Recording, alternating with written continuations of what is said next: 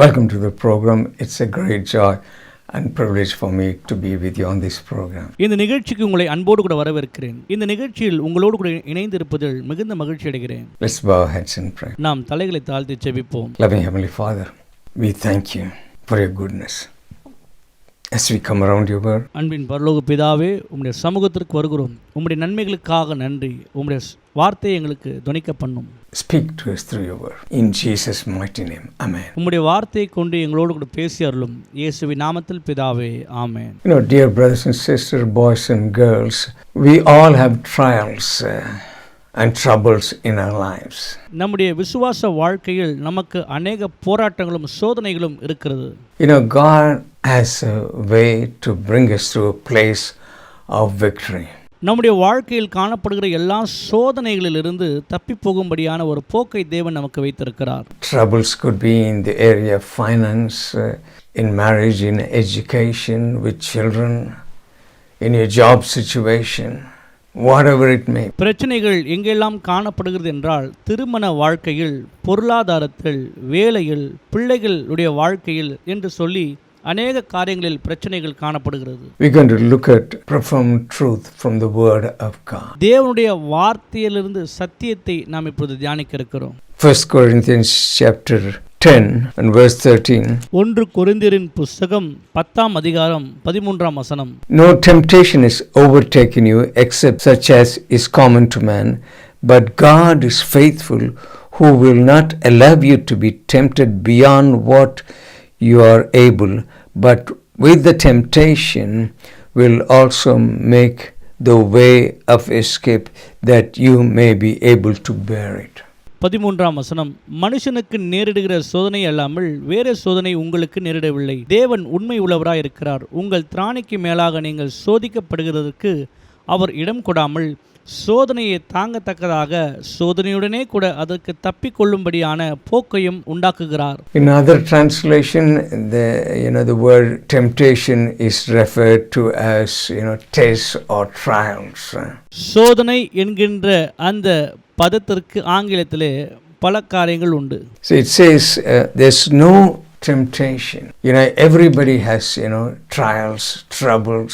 It's common to everybody. யாருமே சொல்ல முடியாது என்னுடைய வாழ்க்கையில் எந்த விதமான சோதனை இல்லை என்று சொல்லி. எல்லா மனிதனுடைய வாழ்க்கையிலும் பிரச்சனைகளும் சோதனைகளும் இருக்கத்தான் செய்கிறது. So it's not just alone, we are alone suffering in life. வாழ்க்கையிலே நாம் மாத்திரம்தான் இப்படிப்பட்ட சோதனையில் தவிக்கிறோம் என்று அல்ல. But it says here, but God is faithful. வசனம் இப்படியாய் சொல்கிறது, தேவன் உண்மை உள்ளவராய் இருக்கிறார் என்று. You have trials and troubles, but God is faithful, who will not allow you to be tempted beyond what you're able, but with the temptation will make a way of escape. மனுஷருக்கு நேரிடுகிற சோதனையே அல்லாமல் வேறு சோதனை உங்களுக்கு நேரிடவில்லை என்று தேவன் இங்கே குறிப்பிட்டு சொல்கிறார். தேவன் உண்மை உள்ளவராய் இருக்கிறார். உங்கள் திராணிக்கு மேலாக நீங்கள் சோதிக்கப்படுகிறதுக்கு அவர் இடம் கொடுப்பதே இல்லை. Here is talking about that even though you go through trials and troubles, God is faithful and He is with you and He will make a way of escape. நம்முடைய வாழ்க்கையில் உண்டாகிறதான எல்லா சோதனைகளும் எல்லா போராட்டத்தின் மத்தியிலே தேவன் உண்மை உள்ளவராய் இருந்து அதிலிருந்து தப்பி போகும்படியான ஒரு வழியையும் ஒரு போக்கையும் நம்முடைய வாழ்க்கையில் ஏற்படுத்தி கொடுக்கிறார். Maybe you are fighting a great battle internally or externally. உங்களுடைய மனதிற்கு உள்ள அல்லது மனதிற்கு வெளியவோ ஒரு மாபெரும் யுத்தத்தை நீங்கள் செய்து கொண்டிருக்கிறீர்கள். Internally, in the sense you are fighting fears, or you're going through a time of depression, or you're doubting things. Externally, as we said, like financial problem or family situation, whatever it may be. மனதுக்குள் என்று சொல்லும் பொழுது பயம், மன அழுத்தம் இது போன்ற காரியத்தில் நீங்கள் நெருக்கப்படலாம். வெளிப்புறத்தில் என்று சொல்லும்போது பொருளாதார தேவைகள், உறவின் பிரச்சனைகள் இது போன்ற காரியங்கள் காணப்படுகிறது. But scripture says, whatever it may be, you may be going through, but God is faithful and He'll make a way of escape. உங்களுடைய பிரச்சனைகள், சோதனைகள், போராட்டங்கள் எப்படிப்பட்டவைகளாய் இருந்தாலும் சரி, தேவன் உண்மை உள்ளவராய் இருக்கிறார். உங்கள் வாழ்க்கையில் காணப்படுகிற இந்த அனைத்து பிரச்சனைகளிலிருந்து ஒரு வழியை அவர் உண்டு பண்ண போதுமானவராக இருக்கிறார். What a liberating truth that is. எவ்வளவு விடுதலை ஆக்குகிற சத்தியத்தை நாம் பார்க்கிறோம் பாருங்கள். Every test or a trial is an opportunity for us to trust Him more. நம்முடைய வாழ்க்கையில் வருகிறதான அனைத்து சோதனைகளும் நாம் பயன்படுத்தி தேவனை இன்னும் அதிகமாய் நாம் சார்ந்து கொள்ளலாம் பாருங்கள். Bible says that He always causes us to triumph in Christ. வேதம் சொல்லுகிறது கிறிஸ்துவுக்குள் எப்போது நம்மை ஜெயம் கொள்ளுகிறவர்களாய் அவர் பண்ணுகிறார் என்று. Bible says He will never leave us, He will never forsake us. Therefore we can boldly say that the Lord is my helper. I will not fear what man can do unto me. கர்த்தர் நம் பட்சத்தில் இருந்தால் மனுஷன் நமக்கு என்ன செய்வான்? கர்த்தர் சொல்லுகிறார், நான் உன்னை விட்டு விலகுவதும் இல்லை, உன்னை கைவிடுவதும் இல்லை என்று சொல்லி. Scripture says He is with us in our troubles, trials and temptations, and He has provided a pathway for us to escape. இந்த வசனம் சொல்லுகிறது, நம்முடைய சோதனையின் பிரச்சனைகள் மத்தியிலே அவர் நம்மோடு கூட இருந்து நாம் அதை கடந்து செல்லும்படியான ஒரு வழியையும் நமக்கு உண்டு பண்ணுகிற நல்ல தேவனாய் அவர் இருக்கிறார். So we have to look out for the pathway that God has provided for us. நாம் எதன் மீது கண்ணோக்கமாக இருக்க வேண்டும் என்றால் தேவன் நமக்காக ஏற்படுத்துகிற அந்த வழியை பார்க்க வேண்டும். Here we see God is compassionate. He is abundant in mercy. என்றால் ஒரு காரியத்தை நாம் புரிந்து கொள்ள வேண்டும். தேவன் நம் மீது மனதுருக்கம் உள்ளவராகவும் இரக்கங்களில் அபரிவிதமான தேவனாய் இருக்கிறார். He is so faithful even the times when we are not faithful. Here it says, but God is faithful. நாம் உண்மை இல்லாதவர்களாய் இருந்தாலும் கூட தேவன் உண்மை உள்ளவராகவே இருக்கிறார். When we go through difficult times, we need to remember who is the author of the trouble you are going through. நம்முடைய வாழ்க்கையில் சோதனையின் வேளையிலே போய் கொண்டிருக்கிற பொழுது நாம் ஒரு காரியத்தை நினைவு கூற வேண்டும். இந்த பிரச்சனைக்கும் இந்த சோதனைக்கும் காரணராய் இருக்கிறது யார் என்று. God is not our enemy. God is not our adversary. தேவன் நமக்கு பகைஞாளி அல்ல. Bible says, be sober, be vigilant. Your adversary, the devil, walks about as roaring lion, seeking whom he may devour. He is looking for people. உங்கள் எதிராளியாகிய பிசாசானவன் எவனை விழுங்கலாமோ என்று சொல்லி கர்ஜிக்கிற சிங்கத்தைப் போல வகை தேடி சுற்றி திரிகிறான் என்று வேதம் சொல்லுகிறது. He is seeking. He is looking for people who walk in disobedience. பிசாசானவன் பார்த்து கொண்டிருக்கிறான் யாரெல்லாம் தேவனுக்கு கீழ்ப்படியாமல் நடக்கிறார்களோ என்று சொல்லி. He is the one who gives us trouble. இந்த பிசாசுதான் நம்முடைய வாழ்க்கையில் பிரச்சனைகளையும் சோதனைகளையும் கொடுக்கிறவனாய் இருக்கிறான். Bible says in John chapter 10 and verse 10, யோவானுக்கு எழுதின சுவிசேஷத்தின் புத்தகம் 10ஆம் அதிகாரம் 10ஆம் வசனம் இப்படியாய் சொல்கிறது, thief, he only comes to steal, kill and destroy. This is his job. Devil's job is to steal, kill and destroy. வசனம் சொல்லுகிறது, யோவான் 10:10 திருடன் திருடவும் கொல்லவும் அழிக்கவுமே அன்றி வேறு ஒன்றுக்கும் வரான். பிசாசனுடைய வேலை திருடவும் கொல்லவும் அழிக்கவுமே இருக்கிறது. In contrast, Jesus said, I've come to give life and life more abundantly. இதற்கு மாறாக தேவன் சொல்லுகிற வார்த்தை என்னவென்றால், நானோ அவைகளுக்கு ஜீவன் உண்டாகவும் அந்த ஜீவன் பரிபூர்ணப்படவும் வந்தேன் என்று சொல்லி. When we go through problems, you can easily evaluate. பிரச்சனைகளுக்கு ஊடாய் போய் கொண்டிருக்கிற நீங்கள் சீக்கிரத்திலே புரிந்து கொள்ள முடியும். Is this problem, is it, if it steals, it kills and destroys you, it is the devil. உங்கள் வாழ்க்கையில் வரக்கூடிய அந்த பிரச்சனை போராட்டங்கள் உங்களை கொல்லவும் அழிக்கவும் வருகிறது என்றால் அது பிசாசினிடத்திலிருந்து வருகிறது பிரியமானவர்களே. If it is life giving, it's the Lord Jesus. It's God who is. God tests our heart. That is true. ஜீவன் உண்டாகுகிறது என்றால் அந்த ஜீவன் இயேசுவின் இடத்திலிருந்து வருகிறது. தேவன் நம்முடைய வாழ்க்கையில் சில நேரங்களில் சோதிக்கிறவராய் இருக்கிறார். எதற்கென்றால் நம்முடைய இருதயத்தை அவர் பரிசோதிக்கிறார். We're going to read James chapter 1 and verse 13. யாக்கோபு 1வது அதிகாரம் 13ஆம் வசனம். Let no one say when he is tempted, I am tempted by God, for God cannot be tempted by evil, nor does he himself tempt anyone. சோதிக்கப்படுகிற எவனும் நான் தேவனால் சோதிக்கப்படுகிறேன் என்று சொல்லாதிருப்பானாக. தேவன் பொல்லாங்கினால் சோதிக்கப்படுகிறவர் அல்ல, ஒருவரையும் அவர் சோதிக்கிறவரும் அல்ல. Here it clearly says God won't tempt us with evil. வசனம் தெளிவாய் சொல்லுகிறது, தேவன் பொல்லாங்கினால் சோதிக்கிறவர் அல்ல. Whatever comes in the category of evil is not from God, because we read in verse 17, every good gift and every perfect gift is from above and comes down from the Father of lights, with whom there is no variation or shadow of turning.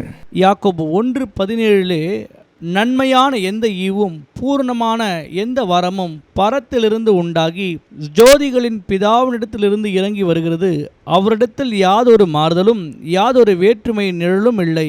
Everything that comes from God is good and perfect. That's what it says here. தேவனிடத்திலிருந்து வருகிற எல்லாம் நன்மையும் பரிபூர்ணமாய் இருக்கிறது. பிரியமானவர்களே, God does not tempt. That's what we also read, because God cannot be tempted by evil, nor does he himself tempt anyone.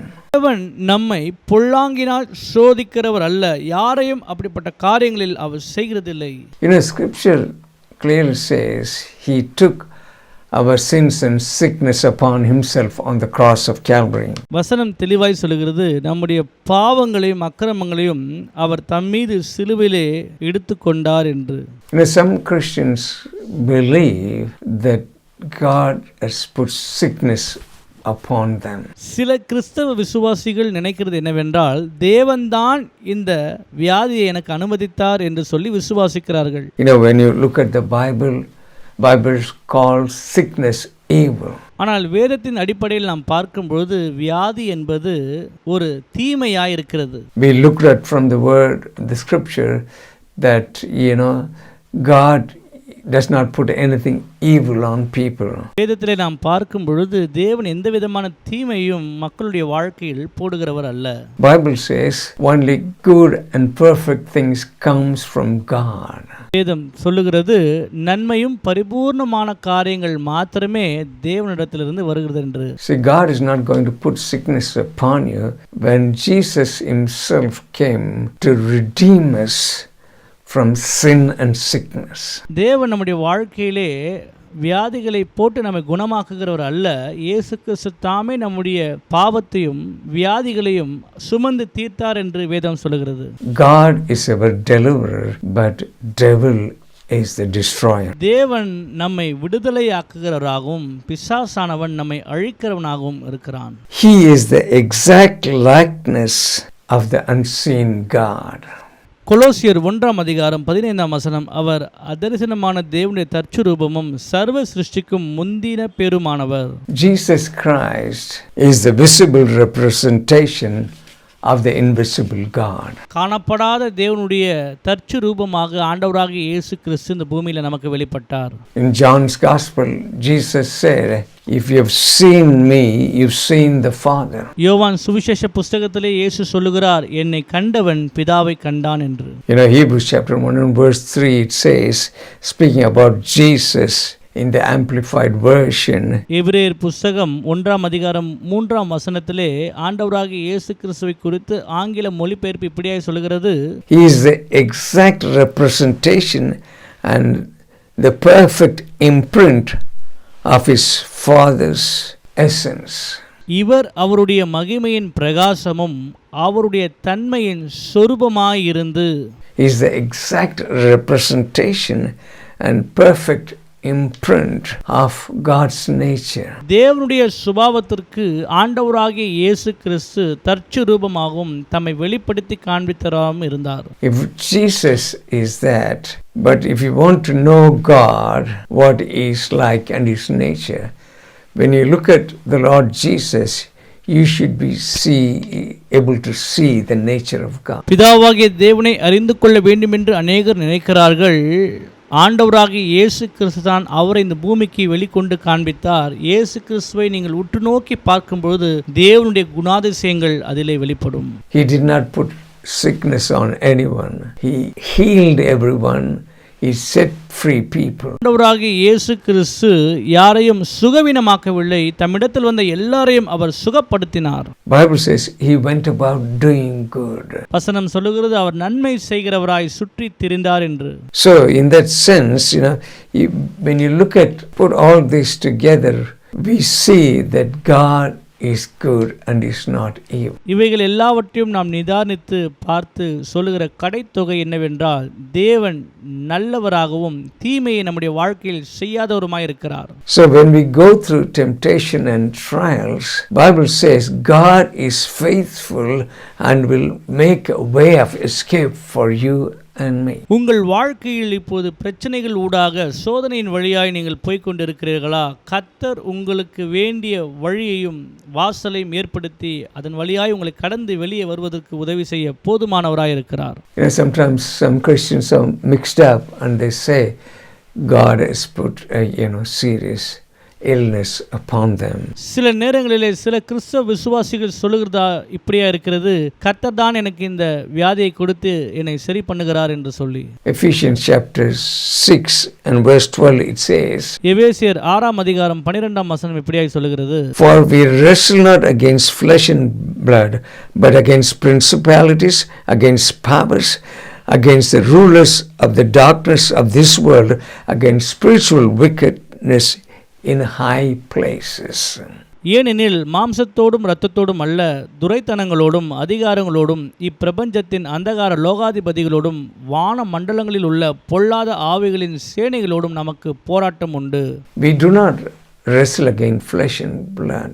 மாம்சத்தோடும் இரத்தத்தோடும் நமக்கு போராட்டம் இல்லை. But devil, it's sure he uses people. பிசாசானவன் மனிதர்களை பயன்படுத்துகிறவனாய் இருக்கிறான். There is always, a spiritual force at work. Devil is a deceiver.